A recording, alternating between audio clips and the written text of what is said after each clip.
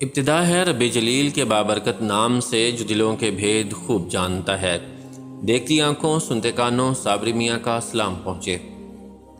ناظرین محترم، ایک دن حضرت عثمان غنی رضی اللہ تعالی عنہ نے نبی کریم صلی اللہ علیہ وآلہ وسلم کی دعوت کی۔ جب نبی کریم صلی اللہ علیہ وآلہ وسلم حضرت عثمان غنی رضی اللہ تعالی عنہ کے گھر کی طرف تشریف لے کر جا رہے تھے تو حضرت عثمان غنی رضی اللہ تعالی عنہ آپ صلی اللہ علیہ وآلہ وسلم کے پیچھے پیچھے چل رہے تھے اور آپ صلی اللہ علیہ وآلہ وسلم کے قدموں کی تعداد گن رہے تھے۔ سرکار دو عالم صلی اللہ علیہ وآلہ وسلم نے جب منہ موڑ کر یہ معاملہ دیکھا تو مسکرا کر پوچھا، اے عثمان کیا کر رہے ہو؟ حضرت عثمان غنی رضی اللہ تعالی عنہ نے جواب دیا، یا رسول اللہ صلی اللہ علیہ وآلہ وسلم، میں آپ صلی اللہ علیہ وآلہ وسلم کے قدم گن رہا ہوں تاکہ میں اتنے غلام آزاد کر دوں۔ دعوت ختم ہونے کے بعد حضرت عثمان غنی رضی اللہ تعالی عنہ نے ایسا ہی کیا اور اتنے ہی غلام آزاد کر دیے۔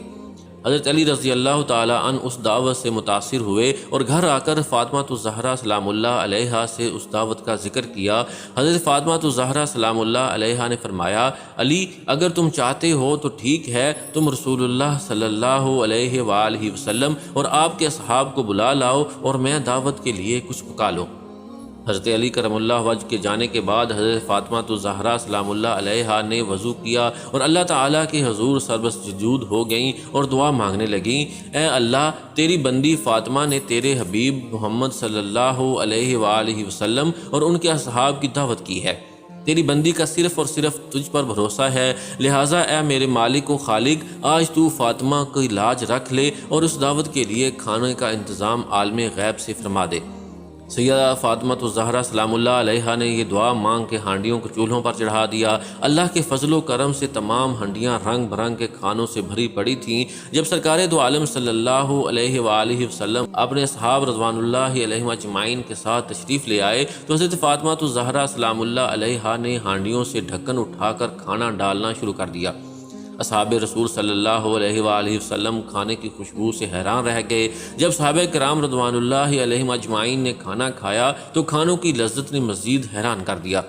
نبی کریم صلی اللہ علیہ وآلہ وسلم نے صحابہ کرام رضوان اللہ علیہم اجمعین کو حیران دیکھ کر فرمایا، حیران ہو رہے ہو، تمہیں معلوم ہے کھانا کہاں سے آیا ہے؟ تمام صحابہ کرام رضوان اللہ علیہم اجمعین نے جواب دیا، اللہ اور اس کا رسول صلی اللہ علیہ وآلہ وسلم بہتر جانتے ہیں۔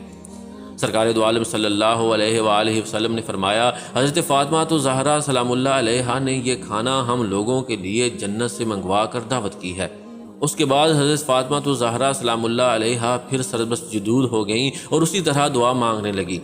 اے میرے مالک حضرت عثمان غنی رضی اللہ تعالی عنہ نے تیرے محبوب کے ہر قدم کے بدلے ایک غلام آزاد فرمایا ہے، فاطمہ کے پاس اتنی استطاعت نہیں کہ وہ غلام آزاد کرے۔ اے میرے رب تو نے پہلے بھی میری لاج رکھی اور جنت سے کھانا بھیج دیا، اب تیرے محبوب صلی اللہ علیہ وآلہ وسلم جتنے قدم چل کر میرے گھر آئے اتنے ہی سرکار دو عالم صلی اللہ علیہ وآلہ وسلم کے امتی جہنم کی آگ سے آزاد فرما دے۔